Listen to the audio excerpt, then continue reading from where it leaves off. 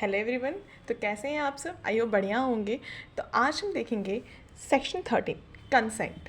अब कोई भी यदि हम एग्रीमेंट कर रहे हैं, किसी भी एग्रीमेंट कर रहे हैं और जो कॉन्ट्रैक्ट में कन्वर्ट हो रहा है, तो उसमें एक बहुत ही इंपॉर्टेंट चीज़ आती है। वो क्या होता है? हमारा कंसेंट। यदि किसी भी कॉन्ट्रैक्ट में कंसेंट होना काफ़ी ज़्यादा ज़रूरी है। पर कौन सा कंसेंट होना ज़रूरी है?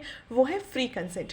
यदि किसी भी कॉन्ट्रैक्ट में आपका कंसेंट फ्री होगा तभी वो कॉन्ट्रैक्ट को क्या माना जाएगा? वैलिड माना जाएगा, नहीं तो वो कॉन्ट्रैक्ट वॉइडेबल रह जाता है। तो वहीं पर आज हम देखेंगे कंसेंट और फ्री कंसेंट। आखिरकार कंसेंट क्या होता है और फ्री कंसेंट क्या होता है उसको। तो सेक्शन 13 जो है वो क्या बोलता है?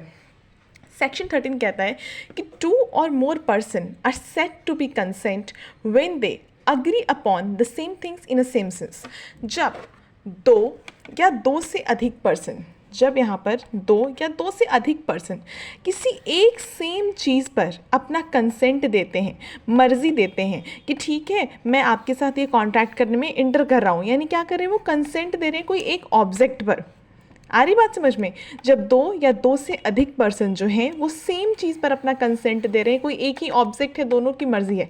अब डिपेंड ये करता है कि वो कंसेंट आपका फ्री है या फिर नहीं। ठीक है। अब आगे हम देखेंगे सेक्शन 14 में कि आखिरकार फ्री कंसेंट किसे कहते हैं। यानी कि the consent is to be a free when it is not caused by coercion, undue influence, fraud, misrepresentation और मिस्टेक।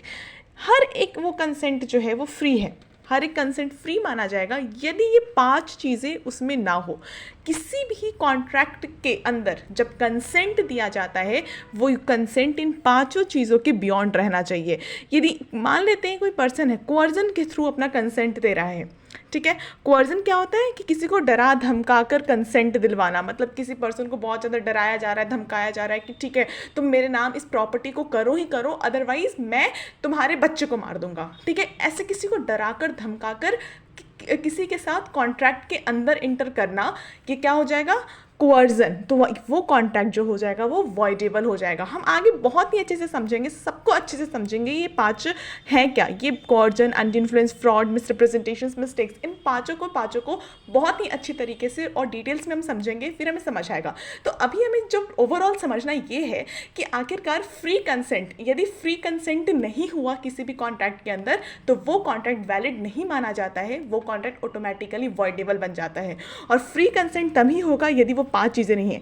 यदि किसी भी कॉन्ट्रैक्ट के कंसेंट के अंदर ये 5 चीज़ों के बिना कंसेंट दिया गया है तो उसे हम फ्री मानेंगे। और इनमें से कोई एक भी चीज़ों के थ्रू यदि कंसेंट दिया गया है कॉन्ट्रैक्ट के अंदर तो उसे हम फ्री कंसेंट के अंदर नहीं कंसीडर करेंगे और वो कॉन्ट्रैक्ट क्या हो जाएगा? हमारा वॉइडेबल हो जाएगा। आई होप आप सबको अच्छे से समझ आया होगा सेक्शन 13 एंड 14।